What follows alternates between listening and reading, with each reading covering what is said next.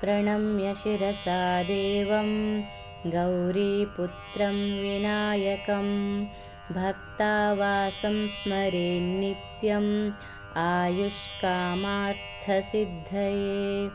प्रथमं वक्रतुण्डं च एकदन्तं द्वितीयकं तृतीयं कृष्णपिङ्गाक्षं गजवक्त्रं चतुर्थकं लम्बोदरं पञ्चमं च षष्ठं विकटमेव च सप्तमं विघ्नराजेन्द्रं धूम्रवर्णं तथाष्टमं नवमं बालचन्द्रं च दशमं तु विनायकम् एकादशं गणपतिं द्वादशं तु गजाननं द्वादशैतानि नामानि त्रिसन्ध्यः यः पठेन्नरः न च विघ्नभयं तस्य सर्वसिद्धिकरं प्रभो।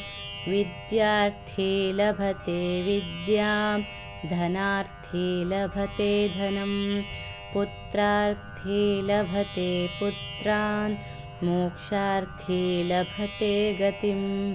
जपेद् गणपतिस्तोत्रं षड्भिर्मासैः फलं लभेत् संवत्सरेण सिद्धिं च लभते नात्र संशयः।